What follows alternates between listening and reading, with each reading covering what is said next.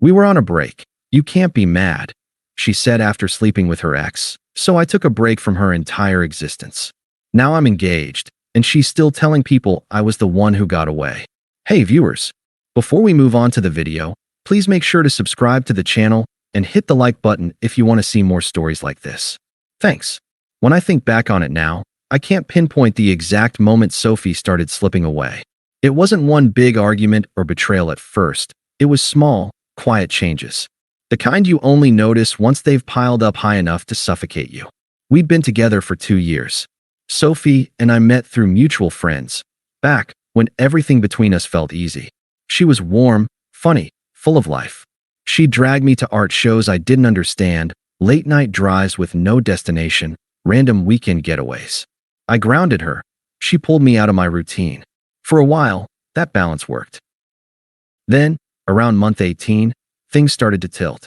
Sophie got promoted at her marketing job and started spending more time at networking events. At first, I was proud. She was ambitious and charming. People naturally liked her. But soon, networking became an excuse for everything. Staying out late, ignoring my texts, canceling plans last minute. I wasn't suspicious right away. I knew what it meant to be busy. I worked in IT, long hours, sometimes late nights on call. But the energy between us changed. She got impatient when I asked simple questions, defensive about her phone, distant when I tried to talk. Then came the nostalgia, the kind that felt like poison wrapped in a smile. She started mentioning Ryan again. Her ex, the one she swore was just a part of her past. I ran into Ryan at a conference today, she said one night, casually, like she was mentioning the weather. It was weird, but we're cool now. I didn't say much. Just nodded, though my stomach tightened. Over the next few weeks, his name started popping up more and more. Ryan sent me this funny meme. Ryan says he might move back to town. Ryan's actually not that bad of a guy once you forgive the past. I tried to be reasonable. I told myself not to overthink it. But one evening, I walked into the living room and saw her smiling down at her phone. That quiet, private kind of smile. When I asked what was funny, she just locked her screen and said, "Nothing important." That was the moment something inside me started to die. Still, I kept trying. I cooked dinner after late shifts. I asked about her day. I bought tickets to that art exhibit she mentioned weeks ago. But she seemed distracted, annoyed even, when I showed up for her. One night, over dinner, I finally asked what was going on. "You've been somewhere else lately," I said quietly. "You barely look at me when we're together." She sighed like I'd just asked her to solve a math problem. "Ethan, not everything's about you." I didn't say it was. I replied, "I'm just trying to understand what changed." "God, you're so serious all the time," she muttered, pushing her food around. "You make everything heavy. Maybe that's the problem. Maybe we're just not in sync right now." I set my fork down, trying to stay calm. "So what are you saying?" She leaned back, folded her arms, and said it like it was nothing. "Maybe we just need a break." I blinked. "A break?" "Yeah," she said. "Just some space. I can't breathe in this routine anymore. I feel like I'm living the same day over and over again." I kept my voice even. "So, you're saying we take some time apart? To figure things out?" She shrugged. "I guess. Don't make it a big deal." I nodded slowly, though every part of me wanted to argue. "All right, if that's what you need." "Thank you," she said, relieved, almost happy. That night, when I left her apartment, I didn't realize I was closing a chapter for good.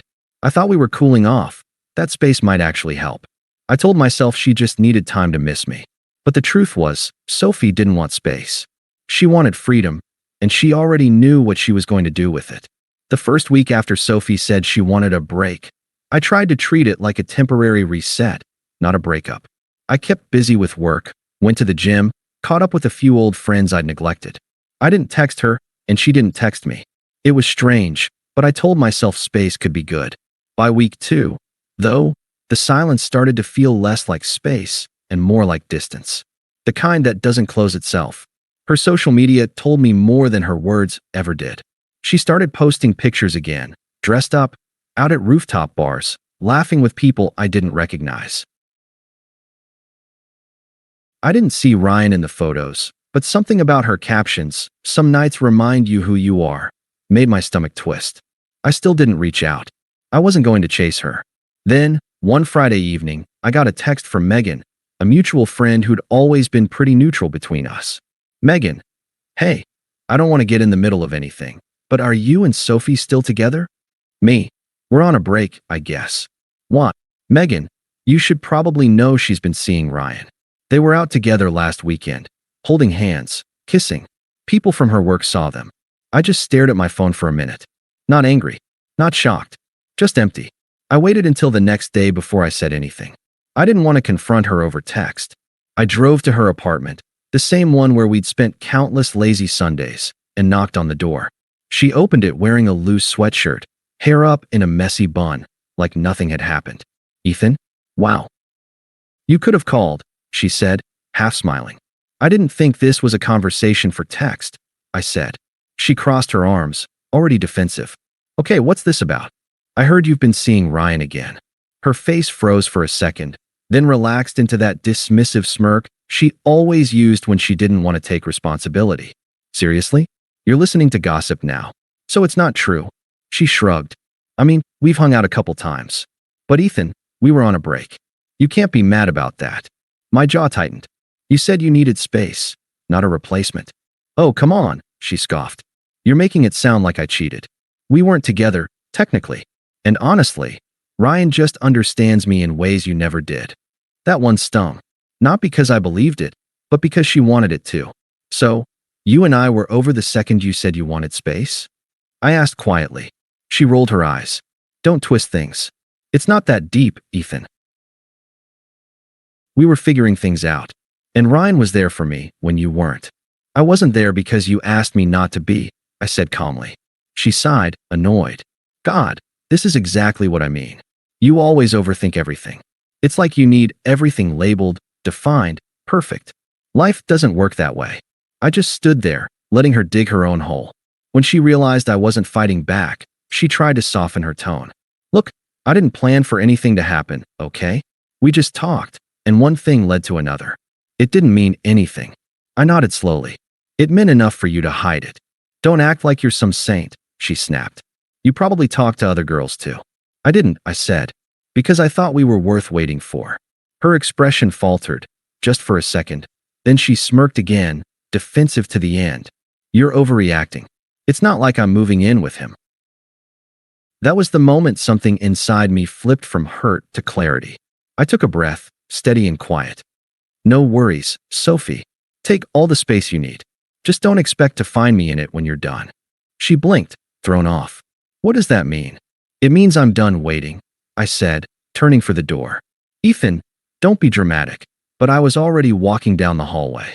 I didn't slam the door, didn't yell, didn't look back. I just left. That night, I packed up the few things I still had at her place. My charger, a jacket, a photo frame she never noticed was missing, and loaded them into my car. I didn't text her to say goodbye. I didn't need to. She'd already made it clear what we were, a placeholder between her impulses. And I was finally done being the steady ground she kept walking over to chase storms. The first few days after I walked out of Sophie's apartment were strangely calm. No yelling, no closure talk, no we can fix this. Just silence. I thought it would hurt more, but it didn't. It was like I'd been holding my breath for months and finally exhaled. Still, I kept replaying that conversation in my head. The way she said, it didn't mean anything. The way she deflected, minimized, twisted everything into my fault. I realized that was how every argument went. She always came out clean, and I was always too sensitive, or too controlling, or too much. It was never about what she did, it was about how I reacted. And for the first time, I wasn't reacting. I started focusing on myself again. Going to the gym became routine, not distraction. I ate better, slept better, even started hanging out with coworkers outside of work, something I hadn't done in years because Sophie always complained that I didn't make enough time for her. It was like rediscovering who I was before her. Meanwhile, she tried to keep up the illusion online. More pictures, more fake laugh smiles. A post with the caption, "Sometimes things fall apart, so better things can come together." That one almost made me laugh. But the mask started cracking fast. By the third week, Megan texted me again. Megan, not my business, but Sophie and Ryan are already fighting. Loudly. At a bar. About you. I didn't reply. I didn't need to know the details. A few days later, Sophie texted me for the first time since the confrontation. Sophie, hey, I just wanted to check in. How are you? I stared at it for a while before replying me. I'm good. You. She responded instantly. Sophie, I've been better. Things have been complicated. I didn't reply. A minute later, another message came through. Sophie, can we maybe talk? Not about us. Just talk. That was such a Sophie move. Not about us, meaning exactly about us. I didn't answer. For a week, she kept trying. Random texts at night. A few funny memes she knew I'd like.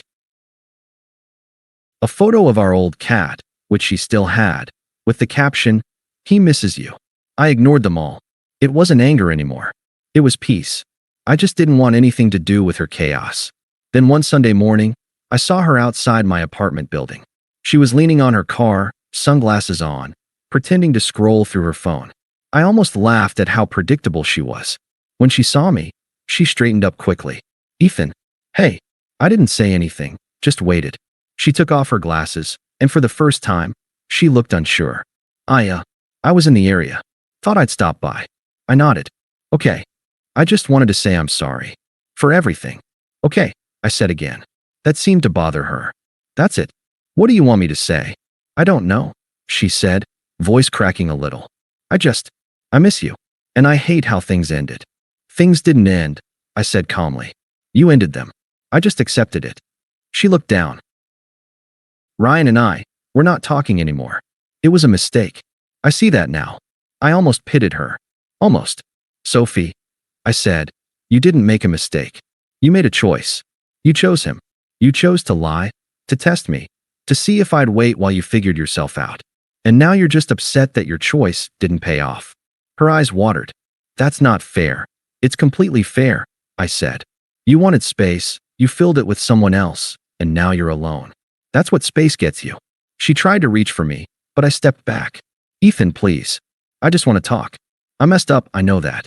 I don't want to lose you completely. You already did, I said quietly. And I walked past her, back inside my building. She didn't follow. That was the last time I saw her in person. Over the next few months, life just moved on.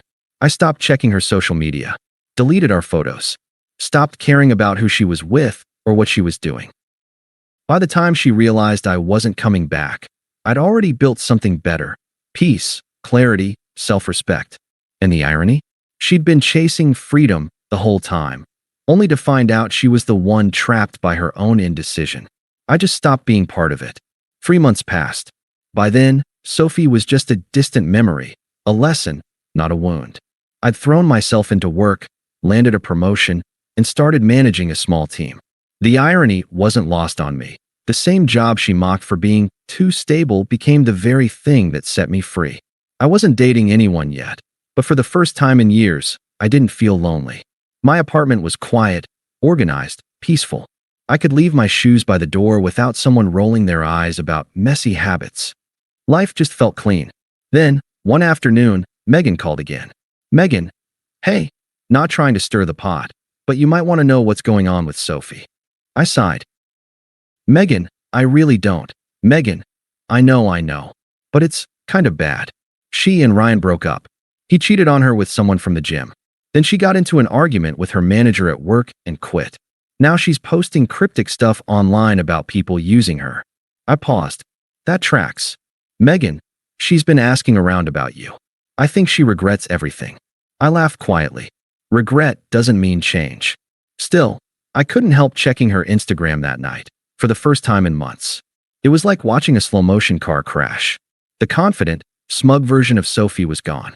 Her posts were different now, long captions about starting over, learning to love yourself again, and trusting the universe. Translation: rock bottom. The final straw came a week later, when she texted me again. Sophie, hey, I know it's been a while. I just wanted to say I really miss you. I was stupid. I threw away something real. I didn't reply. 2 days later, Sophie, please, Ethan. I know I hurt you, but I've changed. I've been doing therapy, journaling, working on myself. I just want a chance to show you. Nothing. Then came the long one. Sophie, you always said I'd regret losing you, and you were right. I thought I needed excitement, but all I found was chaos. You were the only person who ever made me feel safe. I see that now. I'd give anything to go back. For a moment, I sat there rereading it.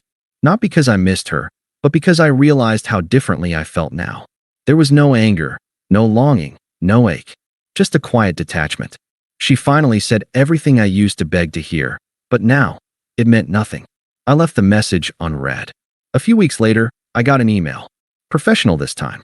Subject, "Hey stranger, smiley face." From sophie.benson.work@gmail.com. I opened it out of curiosity. Sophie, hey. I heard from Megan that your company is hiring a marketing coordinator. I know this is awkward, but I'm applying. I hope there aren't any hard feelings. It would be nice to see you again. I stared at the screen for a good minute, half amused, half stunned. Of all places, she wanted to work with me. When HR brought her name up during interviews, I didn't say a word. I didn't need to. Her resume wasn't bad, but she had a reputation now. High turnover, dramatic exits. She didn't even make the shortlist. Later that week, she texted again, "Sophie, I didn't get it. Guess that's karma, huh?" Me? Maybe it's just life catching up. She replied, "You're still cold." I typed back, "Me? No. Just done." That was the end of it. Or at least, I thought it was. A month later, I ran into her at a mutual friend's birthday party. She looked smaller somehow.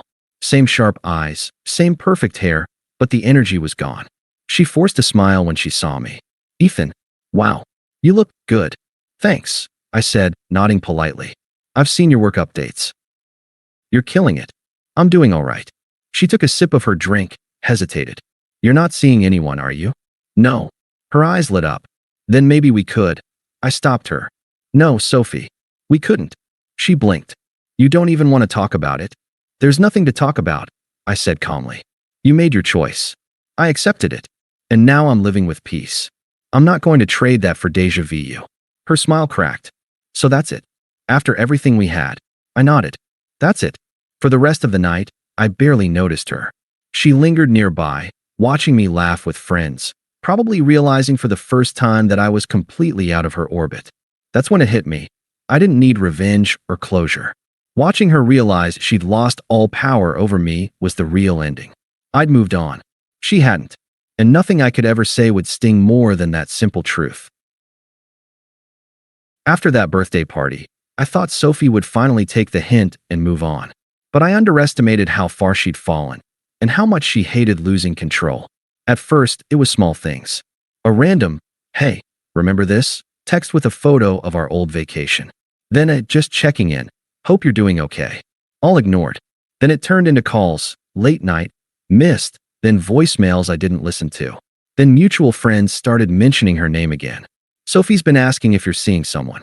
She told people you two might get back together. She said you've been cold, but that you still care." I just smiled. She can say whatever helps her sleep.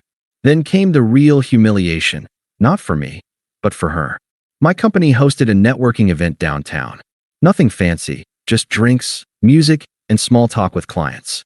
It was one of those nights where everyone was in their best mood, shaking hands and pretending to care about synergy and brand growth. I was talking with a client when I saw her. Sophie. She'd shown up with Megan, who worked at another firm that was attending. I could see the exact moment she spotted me. Her face froze, then brightened in that fake, "I'm totally fine" kind of way. She approached with her drink half full and confidence half faked. "Ethan," she said, smiling too wide. "Fancy seeing you here." I nodded politely. Sophie. Megan, bless her, looked like she wanted to vanish. "I'll, go say hi to someone," she mumbled and left us. Sophie looked me up and down, clearly taking in my suit, the name badge with project lead under my name, the easy conversation I'd just been having with our clients. "You look good," she said finally. "So do you?" I lied. She gave a little laugh, the kind that used to get her whatever she wanted. "I've been keeping busy. Working freelance now. Trying to get back on track." I nodded. "Good for you." She tilted her head. "You don't make this easy, you know." "Make what easy?" "Talking to you. I'm not sure we have much to talk about." Her smile faltered. "I know I messed up, okay? I'm not denying that. But I thought maybe we could start fresh. Just coffee. No expectations." I looked at her for a long second. "Sophie, I don't hate you. But I also don't have any reason to see you again. I'm not angry. I'm just done. Her eyes flickered. You say that like it's that simple. It is. She laughed under her breath, but it wasn't confident this time. It was brittle. You can't just pretend we never existed. I'm not pretending. I just stopped living in the past. She stepped closer. You used to love me. I did, I said evenly. Until you made sure I couldn't. That landed like a brick. She froze, blinking fast. Then the mask cracked completely. You think you're better than me now? She snapped. Just because you got a promotion and grew a beard? I stayed silent. You think walking away makes you strong? You're just cold, Ethan.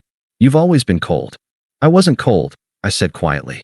I was patient, and you mistook patience for weakness. That was it. Her face twisted, embarrassment, anger, regret all mixing together. People nearby had started glancing over. She realized it too, because she straightened up and forced a laugh, pretending nothing happened. Whatever, she said, shrugging like it didn't sting. You'll regret this someday. Maybe, I said, but not today. And I walked away. The rest of the night, I didn't look back once. But apparently, she didn't let it go. Megan told me later that Sophie broke down crying in the bathroom after I left. She'd been drinking, telling anyone who would listen that Ethan's changed, and he's not the same guy anymore. That part was true. I wasn't the same guy. I was the version of myself I'd been before she chipped away at my confidence, before she made me feel small to make herself feel big. Sophie wasn't facing karma because I wanted her to. She was facing it because she finally had to live without the version of me who absorbed all her chaos. And without me, her world didn't hold up. After that event, I didn't expect to ever hear from Sophie again.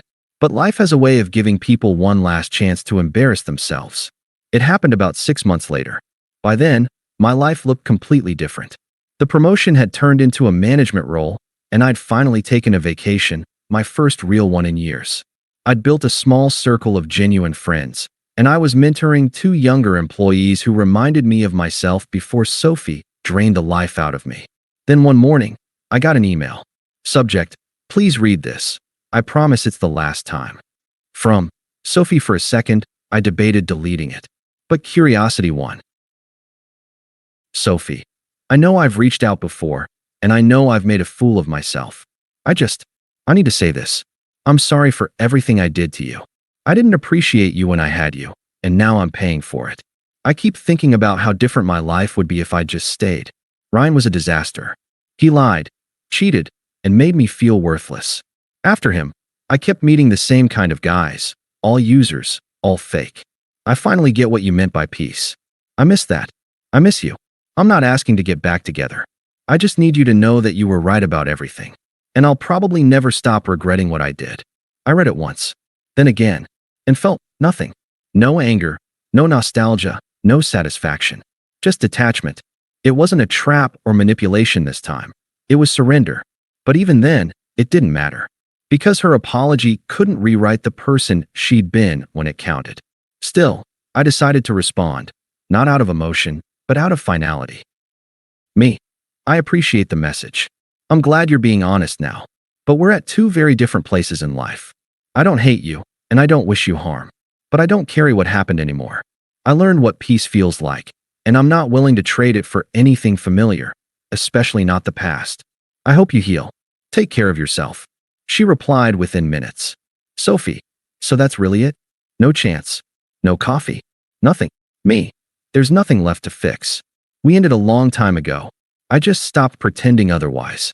Sophie, I don't know how to move on from you. Me. Then start by not looking backward. She didn't reply. And that was it. No dramatic outburst. No closure speech. No lingering pain. Just silence. A few weeks later, I heard she'd moved back to her hometown. New job, new apartment, same cycle starting again. Meanwhile, I'd moved into a new place, brighter, quieter, filled with things that were entirely mine. One night, I was out with friends when someone mentioned Sophie's name. They said she'd been posting vague, missed opportunities quotes online again. I just smiled and changed the subject. Because for the first time, I realized the story wasn't about her anymore. She was just the chapter that taught me the difference between being needed and being valued, between loving someone who drains you and loving yourself enough to walk away. Her space, had turned into emptiness. My silence had turned into freedom. And that was the truest revenge. Not bitterness, not triumph, just indifference. I didn't win. I simply stopped playing her game. Thanks for watching. Make sure to subscribe to the channel and hit the like button. What do you think about this story? Share it in the comments.